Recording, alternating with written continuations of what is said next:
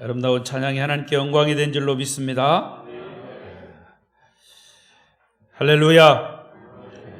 오늘 주일에 예배에 나오신 여러분을 축복하고 환영합니다. 그리고 여러분을 사랑합니다. 우리 옆 사람과도 인사하십시다. 오늘도 만나서 반갑습니다. 잘 오셨습니다. 은혜 많이 받으세요. 감고사축 감사합니다. 고맙습니다. 사랑합니다. 축복합니다.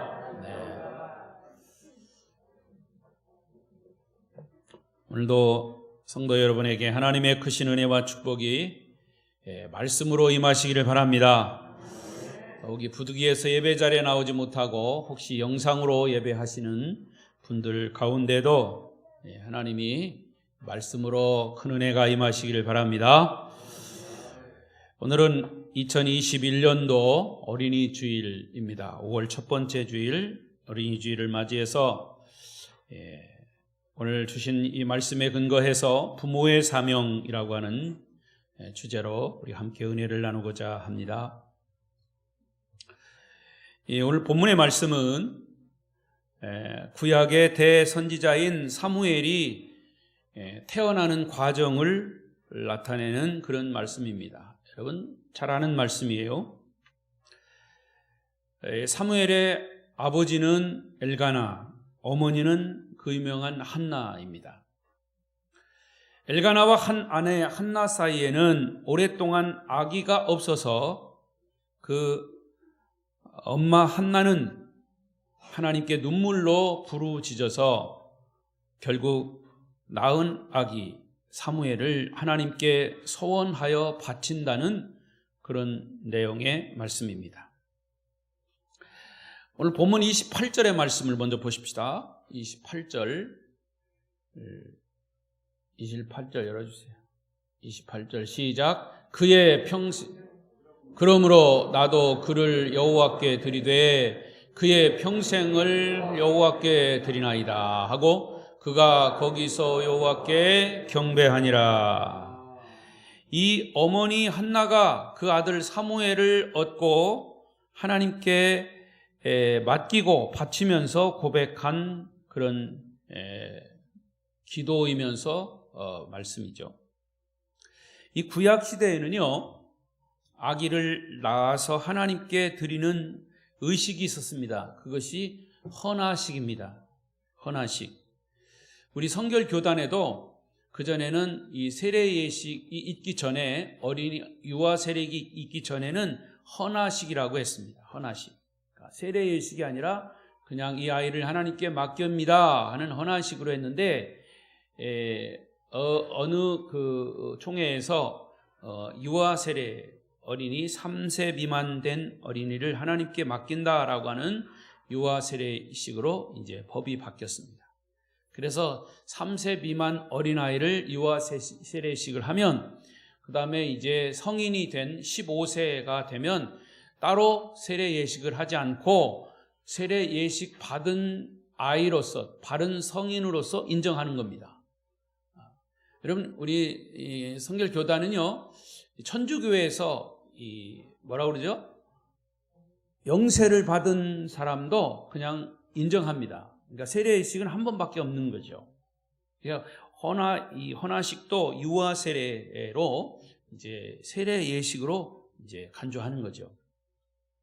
자, 이 헌화식을 이 헌화를 아이를 하나님께 드린다라고 하는 이 헌화식을 하기까지는 사실은 그렇게 쉬운 결단이 아니었습니다. 왜냐하면 어머니 한나의 경우에는 이 아이를 눈물의 기도로 얻은 아들, 그것도 오늘 성경에 보면 겨우 젖을 뗄 때까지니까 아직도 어린이죠. 아이죠. 아기예요. 근데 젖을 떼기까지 기른 후에 그리고 성소가 있는 실로라고 하는 곳으로 이제 데리고 갔습니다. 그리고는 앞으로 하나님의 일을 하는 제사장이 되도록 성전에 이 아이를 맡깁니다. 이 아이를 맡아주십시오 하고 돌아오는 그 의식이 바로 헌화식이었습니다. 자, 그렇다면 어머니 한나처럼 주님께 내 사랑하는 아들과 딸의 평생을 하나님께 바친다라고 하는, 맡긴다라고 하는 이 헌신의 의미와 헌신의 이유가 무엇일까요? 그것은 구약에서만 행해진 것이 아니고 신약, 우리가 살고 있는 이 시대에도 이 유아 세례식이라고 하는 그런, 물론 헌화식과 구약의 헌화식과 신약의 유아 세례식의 의미가 똑같지는 않지만 오늘 어린이 주일 맞이해서 어린이에게 베푸는 유아 세례 예식의 즈음에서 오늘 성경이 말씀하고 있는 의미가 무엇일까? 특히 그리스도인 부모의 사명, 자녀를 둔 부모의 사명이 뭔가를 함께 나누고자 합니다. 우선 첫 번째로 우리 그리스도인 부모는 우리에게 자녀를 선물로 주신 하나님께 무조건 감사해야 할 사명이 있습니다. 우리 자녀는 하나님이 주신 선물이다. 동의하십니까? 그렇기 때문에 하나님이 주신 선물이기 때문에 우리는 하나님께 감사해야 합니다. 그게 우리 그리스도인 부모의 사명이에요. 21절을 보겠습니다. 오늘 본문 21절 시작. 그 사람 엘가나와 그의 온 집이 여호와께 매년제와 서원제를 드리러 올라갈 때에, 자, 한나의 남편인 엘가나와 그리고 그의 가족들이 하나님께 제사를 드리러 갑니다. 그 제사의 이름은 매년제 서원제입니다. 매년 제사를 드린다고 그래서 매년제예요. 근데 그 매년 제사를 드린다라고 하는 그 의미는 우리 자녀를 하나님이 주셔서, 선물로 주셔서 감사합니다라고 하는 감사의 제사가 매년제고요. 그 다음에 서원제는 이 자녀를 주신 것에 감사해서 이 자녀를 하나님께 맡깁니다, 하나님께 드립니다라고 하는 서원제입니다. 그러니까 이 매년제와 서원제는 이스라엘 백성들이 절기 때, 절기인 장막절 때 드리는 제사예요. 그러니까 매년제의 핵심은 감사입니다.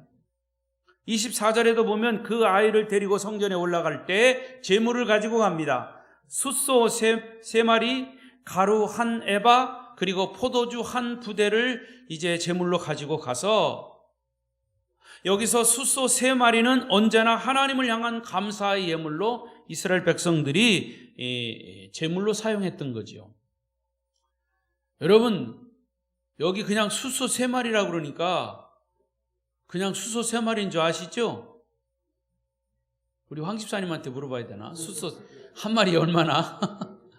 지금하고 상황이 다르겠지만 숫소 3마리는 상당히 큰 제물이에요. 그죠? 이 숫소 3마리, 그리고 가루 1에바, 포도주 1부대, 이거를 자녀를 주신 감사의 제물로 드리는 겁니다. 그때 그 사람들의 이 삶으로서는 아주 최고의 제물을 가지고 제사를 드리는 거예요. 그러니까 매년제의 초점은 감사였고 서원제의 초점은 서원에 있습니다. 이 두 가지 제사의 초점은 바로 자녀를 선물로 주신 하나님께 나아가서 이렇게 고백하는 거예요. 하나님, 우리의 이 자녀를 우리 가정에 선물로 주신 거 너무 감사합니다 라는 감사제. 하나님이 주신 선물이니까 이 자녀를 하나님께 맡깁니다, 하나님께 드립니다. 이 자녀를 하나님의 영광을 위해서 사용해 주십시오. 이 자녀를 위해서, 이 자녀를 하나님의 영광을 위해서 키우겠습니다 라고 하는 서원입니다. 그러니까 엘가나와 한나의 경우는 이 사무엘을 낳고 하나님께 얼마나 감사했는지 몰라요. 여러분 아시는 대로 이 한나는 아기가 없어가지고 첩으로 들어온 이 분인나에게 얼마나 이 멸시를 당하고 천대를 받았는지 몰라요. 결국 그래서 통곡하며 자녀 주기를 기도하고 밤새도록 눈물로 하나님께 기도했는지 몰라요. 그래서 얻은, 드디어 하나님이 그 아들을 주셨습니다. 그 아들은 통곡 끝에, 정말 소원 끝에, 끈질긴 기도 끝에 얻은 놀랍고 영광스러운 아들이었습니다. 여러분, 사람들은 대부분 일반적으로 결혼하면 그냥 쉽게 자녀가 태어난다고 생각합니다. 당연히 태어난다고 생각합니다. 그래서 그런지 자녀에 대한 감격이 그렇게 크지 않을지 몰라요. 그러나 그것은 자녀를 그냥 쉽게 결혼해서 자녀를 쉽게 낳은 가정은 물론 감사하지요. 그러나 정말 아기가 쉽게 생기지 않는다거나 아예 아기를 못 낳는 가정은 그것처럼 큰 고통이 없고 그것처럼 큰 아픔이 없습니다. 만약 기나긴 수고와 기나긴 노력을 통해서 드디어 자녀를 얻었다면 얼마나 그 자녀를 얻은 감격과 감동을 주님께 고백하며 감사할 수밖에 없을 것입니다. 저희 후배 목사님 이제 딸도 미국에서 결혼했는데 아기가 없으니까 요즘 무슨 아기라고 그러더래요? 시험관 아이도 그 잘 될지 안 될지 몰라요. 제가 전에 심우했던 어느 교회에 가니까 장로님 아들인데 결혼한 지 8년 됐는데도 아기가 없어요. 그래서 이제 그 가정에 가서 기도하고, 근데 희한하게 저 같은 경우는 이렇게 아기를 못 낳는 가정에서 기도하고 예배드리면 하나님이 특별한 은혜를 주셔서, 제가 낳게 한 건 아니에요. 오해하지 마세요. 하나님이 크게 은혜를 베푸셔서 그 8년 가서 기도하고 막 그렇게 같이 했는데 아기를 가졌어요. 아들을 둘 낳았어요. 근데 또 그 딸도 아이를 못 낳았는데, 그 딸은 제가 잘 보지도 못했는데 딸을 위해서 또 기도했는데 그 딸도 결혼한 지 몇 년 만에 아이를 낳았어요. 그래서 목사님이 능력 있다. 천만의 말씀이요. 내가 능력이 있는 게 아니라 하나님의 은혜로. 그런데 희한하게 그렇게 아기 못 낳는 가정에 예배드리고 그렇게 나면 하나님의 은혜로 이렇게 낳더라고요. 기대하시라. 근데 제가 이런 간증을, 이런 이야기를 정말 자신 있게 할 수 있는 거는 저도 몇 번 간증을 통해서 말씀드렸지만, 지금 이제 목회하고 있는 첫 아들인 박지훈 목사를 얻기까지 우리도 결혼해서 2번 자연유산 해가지고 그런 아픔을 겪으면서 저희 부부가 하나님께 눈물로 호소했는지 몰라요. 신학대학을 갓 졸업하고 시골 농촌교회에 단독 목회를 할 때인데, 총각 전도사가 이제 결혼을 했다는데 1, 2년이 지났는데도 아이가 없으니까 그 조그만 동네, 시골 동네에 소문이 났어요. 전도사가 결혼했는데 애도 못 난다더라. 여러분, 그런 소문이요 돌려 들어오면요 얼마나 힘든지 몰라요. 괴로워요. 우리가 그러잖아요. 전도 못하면 애라도 낳으라고. 근데 나는 전도도 잘 안 되고 애도 못 낳잖아요. 그러니까 전도사가 얼마나 부끄러워. 그러니까 더 기도하게 되는 거죠. 기도 안 할 수가 없어요. 제 아내는 아예 그냥 이불 싸들고 교회 가서 철야 기도했습니다. 눈물로 철야 기도했어요. 그렇게 마음 고생하면서 얻은 아들이었기 때문에 자녀의 귀함을 누구보다도 우리는 더 잘 알아요. 그래서 오늘 본문의 한나의 아들 이름이 뜻이 무엇입니까? 20절을 보십시다. 20절 말씀 시작. 한나가 임신하고 때가 이름에 아들을 낳아 사무엘이라 이름하였으니 이는 내가 여호와께 그를 구하였다 함이더라. 사무엘 이름을 사무엘이라 줬어요. 사무엘의 이름의 뜻이 뭐라고요? 하나님께 기도해서 얻었다, 그런 뜻이에요. 하나님께 기도해서 얻었다. 그게 사무엘이에요. 구약시대의 사람들의 이름은요 언제나 부모의 신앙 고백이 거기 들어있어요. 그래서 부모가 자녀의 이름을 지을 때 항상 신앙 고백적인, 지금의 이런 현대 용어로 얘기하냐면 부모의 신앙과 교육 철학이 자녀들의 이름 속에 들어있다고 말이에요. 그래서 우리들도 그렇게 졌어요. 우리 두 아들도 어렵게 낳은 큰아들 박지훈, 지훈은 뜻 지자에 가르칠 훈, 뜻있게 가르쳐라. 그래서 지금 목사가 돼서 아주 뜻있게 가르치고 있어요. 또 동생 지민이는 뜻 지자에 민첩할 민, 뜻 있는 일에 민첩해라. 그래서 뜻 있는 일에 민첩해가지고 하나님 주신 이 목소리, 이 목소리 달란트를 가지고 어디 뭐 결혼식 할 때 막 쫓아가서 또 막 찬양해주고 축하해주고 그런 일에 하고 있어요. 뜻 있는 일에 얼마나 민첩한지 몰라 걔가. 할렐루야. 남의 일이라고 아멘도 크게 안 하시네. 여러분, 부모의 신앙과 교육 철학이 거기 들어있는 거예요. 여러분, 하나님이 우리의 기도에 응답하시고 이 아들을 우리 가정에 선물로 주셨다라고 하는 감사의 마음, 자기의 사랑하는 자녀를 하나님이 주신 선물로 보는 믿음이 있었기 때문에 가능한 것이죠. 그래서 이 한나의 가정은 아주 확실하게 이 아들은 하나님이 주신 선물이다 이렇게 본 거예요.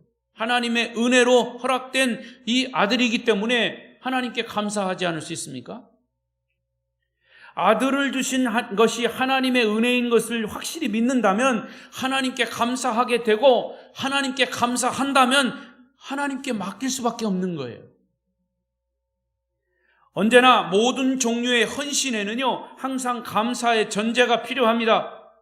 하나님께 감사하는 정신에만 하나님께 맡기고 바치는 것이 가능하죠. 감사하지 않고는 아무것도 바칠 수 없어요.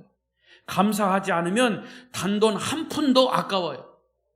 그래서 여러분 일주일 동안 살면서 하나님 앞에 감사할 일이 있으면 여기 감사한 건 봉투가 올라와야 돼. 제가 너무 심하게 얘기했습니까? 물론 없어서 못 바칠 수도 있지만 그런 정신이어야 된다 그 말이에요. 우리가 하루하루 살아가는 것이 얼마나 감사한 일이에요. 코로나가 이렇게 막 횡행해도 우리가 건강하게 또 한 주간 지켜주신 것 얼마나 감사해요. 더욱이 우리 자녀들이 건강하게 잘 자라는 것 감사한 일인 줄로 믿습니다. 감사의 정신이 사무엘의 아버지 엘가나와 어머니인 한나로부터 오 살아계신 하나님, 이 아들 사무엘의 평생을 하나님께 바칩니다 라는 헌신을 가능하게 만든 것이죠. 그런데 여러분 여기서 오해하지 말아야 할 부분이 있어요. 뭐냐면 엘가나와 한나는 사무엘을 하나님께 바쳐서 물론 제사장이 되었어요. 이스라엘의 큰 이 선지자가 됐죠. 하지만 하나님께 우리 자녀를 바친다고 하는 것이 꼭 신학대학에 보내가지고 목사를 삼거나 뭐 선교사로 보내야 된다는 것은 아니에요. 하나님께 바친도 하나님께 맡긴다고 하는 것은 우리 자녀의 삶을, 우리의 자녀의 일생을 하나님께 온전히 맡긴다라고 하는 의미로 해석을 해라. 그 자녀가 무엇을 하든지 하나님의 영광을 위해서 하도록 그렇게 맡긴다고 하는 의미죠. 그래서 구약시대의 이스라엘 사람들은 자기 가정의 자녀들을 하나님이 주신 선물로 믿었어요. 시편 127편 3절에도 보면 태의 열매는 하나님의 그의 상급이라. 하나님의 상급이야. 자녀를 주신 하나님께 감사하는 것이 자녀 양육의 동기였던 거지요. 오늘 여러분은 어떤 동기와 어떤 관점에서 여러분 가정의 자녀를 양육하십니까? 물론 이제 나이가 드셔서 결혼해가지고 다 이제 가정을 이루는 그래서 손자 손녀를 보고 이렇게 나이가 연만하신 분들 나하고는 상관없다고 생각하실지 몰라요. 그러나 여러분의 자녀, 여러분의 손자가 지금 어떻게 길러지고 있느냐 그걸 보십시오. 하나님께 맡겨지고 있느냐, 하나님이 그 자녀를 그 자녀의 인생을 인도하고 있느냐 이거를 보시라고 말입니다. 하나님 우리 가정에 이 아름다운 자녀를 선물로 주신 것 너무너무 감사합니다. 이 아이의 평생을 주님께 맡깁니다 라는 믿음과 교육 철학이 있느냐 그 말이에요. 우리나라 6.25 사변 때 인천 상륙작전을 승리로 이끌었던 메가더 장군을 여러분 잘 아실 겁니다. 그는 국가로부터 많은 훈장을 받은 장군으로 알려져 있습니다. 지금도 미국 버지니아 해안에 가보면 메가더 기념관에 그가 평생에 받은 훈장과 상장들이 진열되어 있다고 합니다. 그런데 그의 고백이 있습니다. 메가더 장군의 고백이 뭐냐면 나의 생애에 있어서 가장 위대한 훈장은 하나님께서 내게 우리 가정에 자랑스러운 자녀를 선물로 주신 것이 가장 최고의 훈장이다 이렇게 고백하고 있습니다. 메가더 장군은 자기 사랑하는 아들을 낳자마자 그의 일기장에 이렇게 기록했다고 그래요. 아, 하나님께서 놀라운 특권을 나에게 주셨다. 이 놀라운 특권, 자녀를 양육할 수 있는, 생명을 양육할 수 있는 특권을 하나님께서 우리 가정에 주신 것을 감사한 마음으로 그 자녀를 하나님께 드렸다는 것입니다. 성도 여러분, 부모 여러분, 여러분 가정에 자녀를 주신 하나님께 감사하는 것이 부모의 사명임을 새롭게 인식하시기를 축원합니다. 그 다음에 두 번째로, 그리스도인 부모는 자녀에 대한 청지기적 사명이 있어야 합니다. 자녀에 대한 청지기라 하면 뭡니까? 자기 자녀를 내 소유라 생각하지 않고 하나님이 내 아들, 내 딸을 우리 부부에게, 우리 가정에 맡겨주셨다라고 하는, 그렇게 믿는 것이 청지기적 사명입니다. 우리 자녀들의 주인은 하나님이시고 부모는 그 자녀들이 성인이 될 때까지만 잠깐 맡은 청지기에 불과하다는 겁니다. 하지만 일반 가정 부모들은 자녀를 자기의 소유라고 생각합니다. 지금은 뭐 어떨지 우리는 잘 모르지만 자기의 소유인 줄 알고 과거에는요, 그 부모들이 자녀들을 얼마나 그렇게 때렸는지 몰라요. 술 먹고 와서 때리고, 그 때리는 것은 자기 자녀가 잘 되라고 때리는 것도 있겠지만 그냥 부모가 기분 나쁘면 때리는 거예요. 술 먹고 와서 술 주사로 때리는 거예요. 그게 뭐냐? 자기 자식이 자기의 소유라고 생각하기 때문이에요.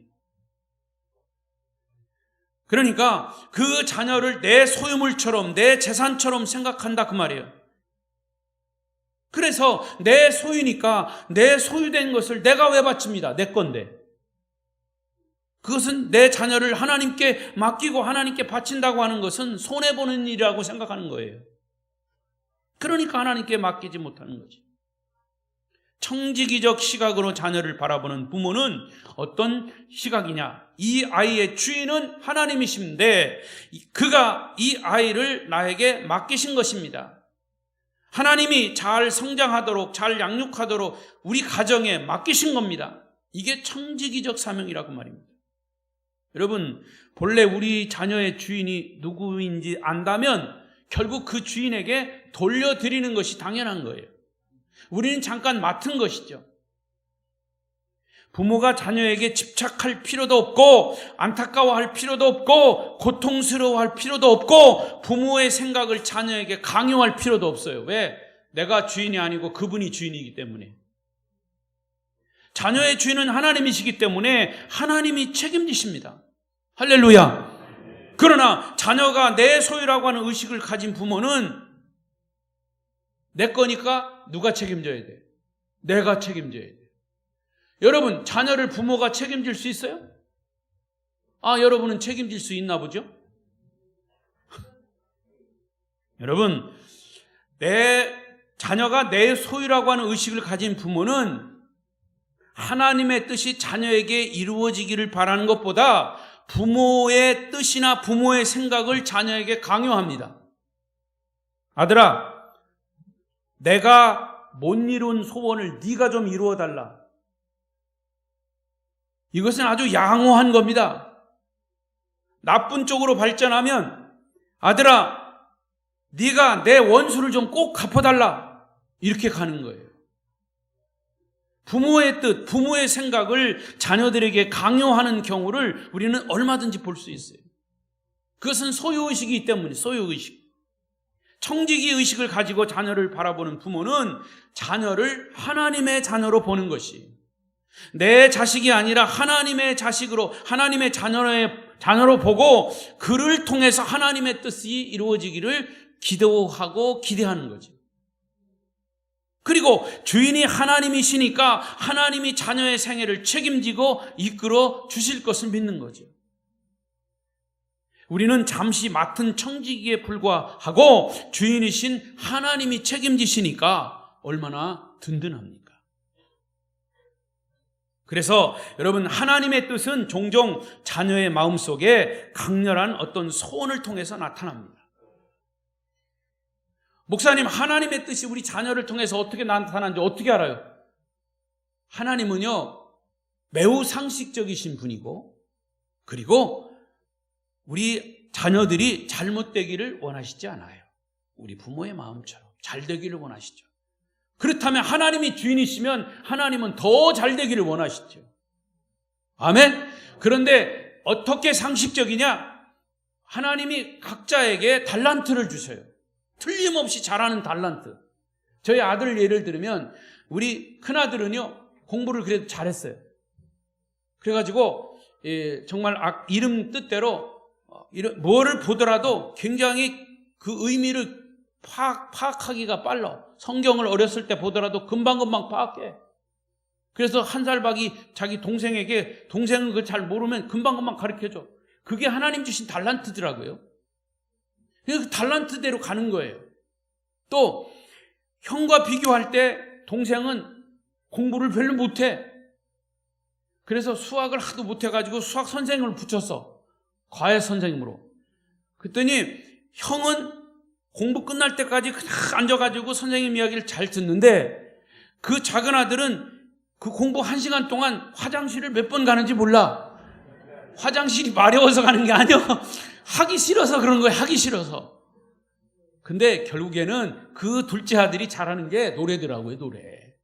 초등학교 때도 보면 다른 성적 보면 굳이 얘기 안 할게요. 근데 음악은 가요. 음악은. 그래서 우리가 부모는요, 그거를 발견하는 게 부모예요. 그래서 그걸 발견해가지고 넌 노래를 잘하는 거는 노래를 해라. 결국엔 노래 가지고 지금 먹고 살고 있잖아. 이게 하나님 주신 마음이에요. 그러니까 우리 자녀들에게도 마음속에 강렬한 소원을 줍니다. 그것을 우리는 자연스럽게 하나님의 뜻으로 알고 그 자녀가 잘하는 것을 잘하도록 하게 하는 거예요. 그러니까 부모는요, 너 내가 못한 거 네가 해라 막 억지로, 너 나는 의사 못했으니까 너는 의사 되라.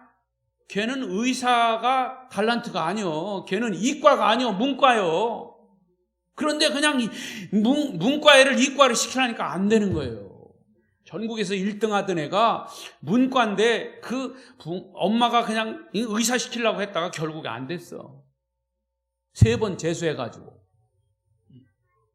여러분, 하나님의 마음은 우리 자녀들에게 있습니다. 그런 마음을 하나님이 주시기 때문에 그것이 바로 하나님의 뜻일 수 있어요. 보세요. 빌립보 2장 13절을 보십시다. 빌립보 2장 13절 시작. 너희 안에서 행하시는 이는 하나님이시니 자기의 기쁘신 뜻을 위하여 너희에게 소원을 두고 행하게 하시리라. 할렐루야. 우리 마음속에 어떠한 강렬한 소원, 그것은 하나님의 뜻입니다. 막 충동이 생깁니다. 자녀의 마음속에 그 방향을 위해서 살고 싶어하는 충동이 있다면, 그것이 정말 하나님의 뜻으로 확인이 된다면 아무도 그 뜻을 거스릴 수가 없어요. 자칫 그것을 우리가 깨닫지 못하고 있다면 오히려 하나님의 뜻을 막고 있는 거죠. 여러분, 누가 자녀를 하나님께 맡길 수 있습니까? 누가 자녀를 정말 의로운 길로 가도록 역사와 사회와 하나님을 위하여 자녀를 맡길 수 있겠습니까? 그것은 청지기 의식을 가진 부모만이 그렇게 할 수 있습니다. 그래서 청지기 의식을 가진 부모들은 자기 자녀들을 위해서 날마다 기도할 때, 하나님, 내 뜻대로가 아닌 하나님의 뜻대로 자녀들을 길러주십시오. 우리 부모가 그 자녀를 하나님의 뜻대로 기를 수 있도록 그런 마음과 지혜와 믿음을 주십시오. 이렇게 기도해야 된다, 그 말입니다. 이렇게 자녀를 양육하는 것은 부모의 힘만으로 되지 않습니다. 무엇으로 되느냐? 하나님의 뜻, 기록되어 있는 말씀입니다. 23절에 보면 아버지 엘가나와 한나의 마음속에는 하나님의 말씀을 통해서 이 자녀는 하나님의 뜻을 분별해야 한다는 분명한 철학이 있었습니다. 그래서 엘가나가 자기 아내 한나에게 뭐라고 말합니까? 오직 여호와께서 그의 말씀대로 우리 아들에게 이루어지기를 원하노라, 이렇게 말하고 있어요. 여러분, 자녀를 하나님께 맡기는 것이 여러분의 자녀를 가장 잘 양육하는 길이라는 사실을 여러분 믿으시기 바랍니다. 부모가 최선을 다해 자녀를 기르는 것도 사실은 한계가 있어요. 자녀 길러봤잖아요. 마음대로 됩니까? 안 돼요. 사실은 부모가 자녀를 기르는 것은 한계가 있어요. 극히 한계가 있어요. 아무리 최선을 다해도 자녀가 한번 삐뚤어지기 시작하면 정신이 없어요. 부모가 기르는 것이 아니에요. 그러니까 하나님이 기르시도록 맡겨야 됩니다. 여러분, 우리 사랑하는 자녀를 살아계신 하나님께 의탁하고 맡기시기를 축원합니다. 주인에게 맡기면 책임이 누구에게 돌아갑니까? 주인에게 돌아가는 거예요. 하나님이 기르시는 거예요. 하나님이 기르시면 실패하지 않아요. 그러나 자녀를 내가 주인인 양 내가 붙들고 있으면 실패하게 돼요. 내가 자녀의 주인이면 누가 책임져야 돼요? 내가 책임져야 돼요. 여러분, 자녀를 책임질 수 있습니까? 아무 소리 없나 보니까 책임질 수 있나 보지? 여러분, 그것처럼 힘든 일이 어디 있어요? 그래서 농사 중에 가장 어렵고 힘든 농사가 자식 농사라고 하지 않습니까? 우리 자녀의 삶을 책임지시도록 하나님께 맡기시길 바랍니다. 한 가지 이야기하고 마치겠습니다. 청교도 시대, 미국 청교도 시대에 미국 뉴저지의 한 크리스찬 부모가 살고 있었습니다.